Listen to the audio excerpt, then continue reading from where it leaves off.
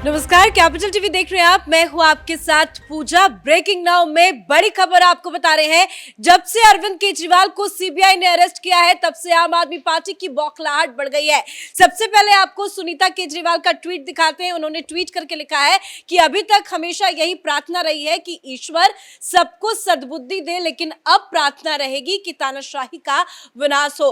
तो सुनीता केजरीवाल के इस ट्वीट से साफ समझा जा सकता है कि वो काफी ज्यादा भड़क उठी है, क्योंकि जिस तरह से सीबीआई का टॉर्चर जारी है अरविंद केजरीवाल को लेकर, उससे सुनीता केजरीवाल परेशान हो उठी है। क्योंकि कल पूरी रात अरविंद केजरीवाल से सीबीआई ने पूछताछ की है और आज बताया जा रहा है कि सीबीआई हेडक्वार्टर में 3 राउंड में, यानी कि 3 चरणों में अरविंद केजरीवाल से सवाल जवाब पूछे जाएंगे। और सीबीआई ने यह भी कहा है कि अगर जरूरत पड़ी तो मनीष सिसोदिया के आमने सामने बिठाकर भी केजरीवाल से पूछताछ होगी। तो 29 तारीख तक सीबीआई की कस्टडी में केजरीवाल है और ये 3 दिन काफी ज्यादा भारी अरविंद केजरीवाल के लिए पड़ने वाला है। तो सीबीआई की गिरफ्तारी से कैसे आम आदमी पार्टी में भगदड़ मचा है, सुनीता केजरीवाल आखिर क्यों परेशान हो रही है और आम आदमी पार्टी में क्या कुछ चल रहा है और कैसे एक्शन आगे बढ़ रहा है, तमाम बड़ी अपडेट के साथ मेरे साथ न्यूज रूम से जुड़े हुए हैं कैपिटल टीवी के एग्जीक्यूटिव एडिटर राजीव जी। सर, कल भी सुनीता केजरीवाल का ट्वीट आया था, आज भी ट्वीट कर रही है। इतनी ज्यादा एक्टिव क्यों हो गई है सीबीआई की गिरफ्तारी में केजरीवाल के जाने के बाद से? अब ऐसा लगने लगा है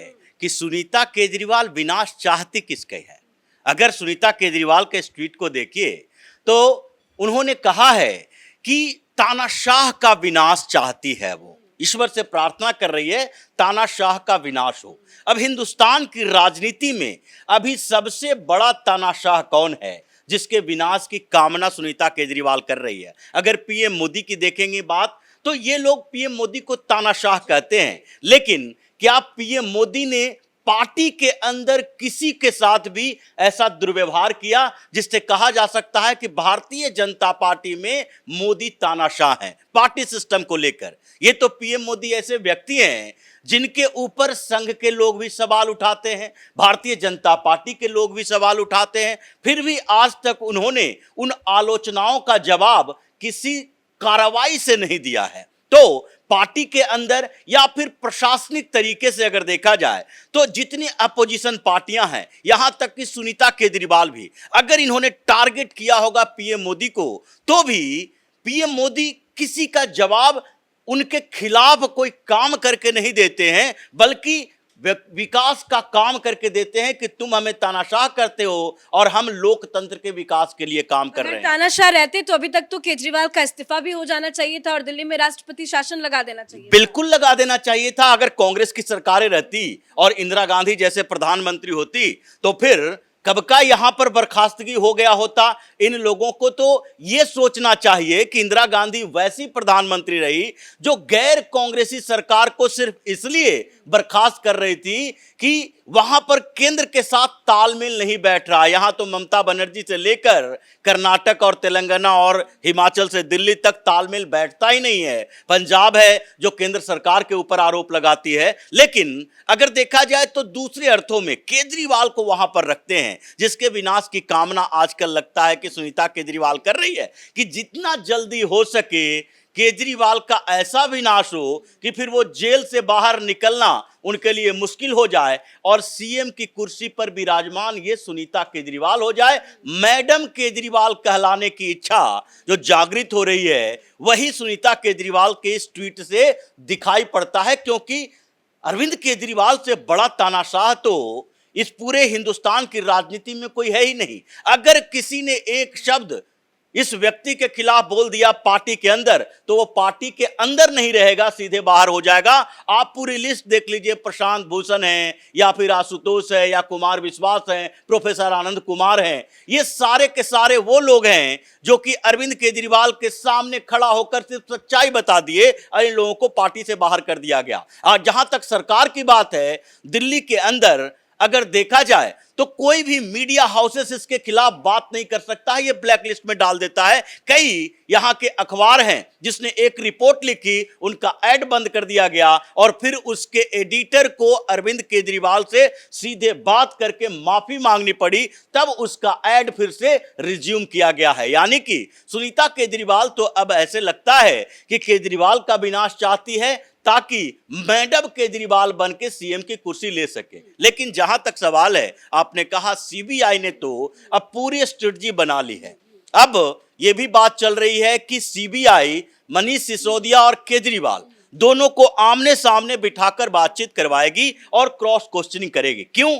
क्योंकि केजरीवाल तो पूरी तरह से पलटने वाला व्यक्ति है। सीबीआई के इंटरोगेशन में कल ही उसने बताया कि हमारा इस एक्साइज पॉलिसी से कोई लेना देना नहीं है, ये सारा काम तो केजरीवाल ने उनको जिम्मे थोपी थी और वो मनीष सिसोदिया की जिम्मेदारी थी, एक्साइज मिनिस्टर वो थे, उन्होंने ही सारा किया है। लेकिन एक बात जो कि सवालों में उलझ गया अरविंद केजरीवाल, उसने कहा कि ये जो निजीकरण हुआ और जो एक्साइज पॉलिसी बनाई गई उसमें हम लोगों ने जो ध्यान रखा था, क्योंकि सीबीआई ने पूछा था कि आखिरकार आपको पुरानी शराब नीति को स्क्रैप करने की जरूरत क्यों पड़ी, क्यों न्यू एक्साइज पॉलिसी की जरूरत पड़ी, जबकि पूरे हिंदुस्तान में हर राज्यों में ऐसे ही एक्साइज पॉलिसी है जिसमें सरकारी ठेके होते हैं, तो आपको क्यों ऐसी जरूरत पड़ गई। तो इन्होंने कहा कि हम जो जोन बांट रहे थे, शराब की दुकानें बढ़ा रहे थे, इससे हमारे दिमाग में यह था कि भीड़ भाड़ कम होगी,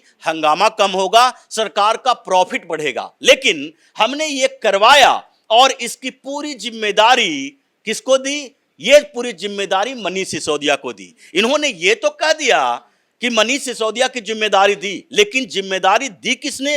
अरविंद केजरीवाल ने। अब ये पूरी पॉलिसी जो बनाई गई उस किसके दिमाग के ऊपर थी? अरविंद केजरीवाल का। और अरविंद केजरीवाल को ये सलाह किसने दिया? विजय नायर ने। तो पहला सवाल में ही अरविंद केजरीवाल ऐसे फंसा कि अब सीबीआई के सामने तो सिसोदिया के बारे में बोल दिया और जब कोर्ट में गया तो ऐसे जब तक 164 के तहत या मजिस्ट्रेट के सामने कोई बयान नहीं दिया जाता है तो वो कोर्ट में परमिसेबल नहीं होता है, वो आप जाकर बदल सकते हैं। अब केजरीवाल को लगा कि सीबीआई ने सिसोदिया का नाम ले लिया, कोर्ट के अंदर अगर हमने एक शब्द भी बोल दिया तो पार्टी में हंगामा हो जाएगा कि ये बाहर निकलने के लिए मनीष सिसोदिया को भी फंसाने से बाज नहीं आएगा। इसलिए कोर्ट में जाते ही कहा हमने तो सिसोदिया के बारे में कुछ कहा नहीं, सिर्फ यही कहा कि जैसे हम निर्दोष हैं वैसे मनीष सिसोदिया निर्दोष है। अगर सारे निर्दोष हैं तो शराब घोटाला हुआ कैसे? ये जो इतने मनी ट्रेल पकड़े जा रहे हैं, जो पैसे लिए गए हैं, जिसने गवाही दी है कि हमने 20 करोड़ रुपया एक बार लाकर दिया, वो है अभिषेक बोइनपल्ली, जो साउथ लॉबी को संभाल रहा था। उसने खुद बयान दिया है कि हमने 20 करोड़ रुपया एडवांस में पेमेंट किए थे और पैसे के इंतजाम की बात कही गई थी कि 100 करोड़ तुम्हारा टारगेट है, तो हमने सब लोगों को बताया कि कितना कितना पैसा देना है। तो ये तो तय है कि शराब घोटाला हुआ। यह भी तय है कि आपने एक्साइज पॉलिसी बनाई, उससे दिल्ली गवर्नमेंट का जो रेवेन्यू है वो कम हुआ। जो 6000 करोड़ से ज्यादा रेवेन्यू एक साल में पुरानी एक्साइज पॉलिसी से आते थे और नई एक्साइज पॉलिसी के स्क्रैप करने के बाद जब फिर से रिज्यूम किया गया पुरानी शराब नीति को, तो उस समय भी 6000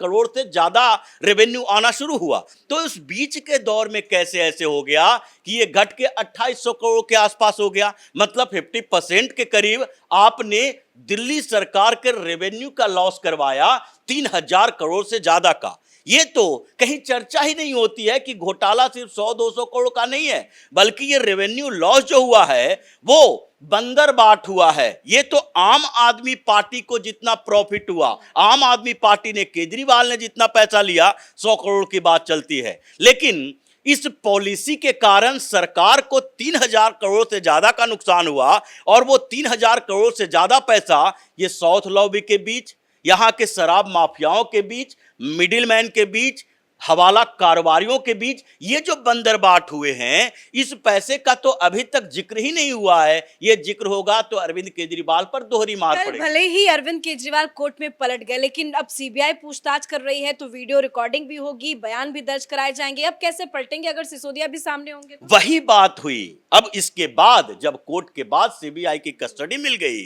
तो उन्होंने 5 सवाल सामने रखे। ये 5 सवाल है आपके पास, आप इन सवालों का जवाब दो।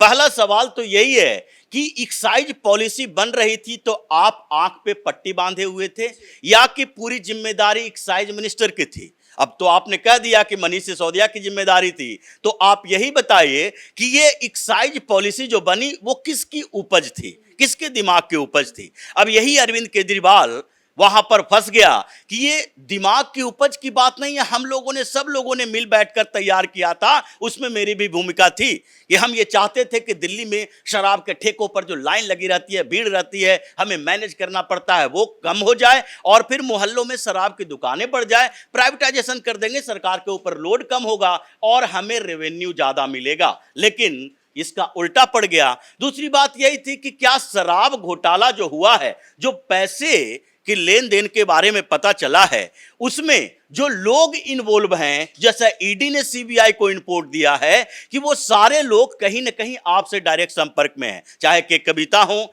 या फिर विनोद चौहान हो या फिर समीर महेंद्रू हो या फिर दिनेश अरोड़ा हो, ये सब मनीष सिसोदिया के संपर्क में नहीं रहे। विनोद चौहान का चैट आपके साथ था, ये मनीष सिसोदिया के चैट के साथ ये नहीं पकड़ा गया। के कविता आपसे मिली थी, केसीआर आपसे मुलाकात किए थे, समीर महेंद्रू के साथ फेस टाइम पे आपने बात की थी जो रिकॉर्डिंग है, तो उसके बाद ये कैसे मान लिया जाए कि आपको इस पूरे शराब नीति के बारे में पता नहीं है। उसके बाद से ही आगे बात चली कि जब आप इस शराब नीति का ड्राफ्टिंग के लिए आपके पास ड्राफ्ट लाया गया, तो फिर यह ड्राफ्ट आप लोगों के पास से साउथ लॉबी के पास इंप्लीमेंट होने से पहले कैसे पहुंच गया? क्योंकि ये व्हाट्सएप चैट जब रिट्राइव किया गया तो उसमें तो पता चला है कि शराब नीति जब बनाया जा रहा था तो उससे पहले पूरा का पूरा ड्राफ्ट है जो साउथ लॉबी में चला गया था। तो ये सारे ऐसे सवाल थे जिसमें अब लगता है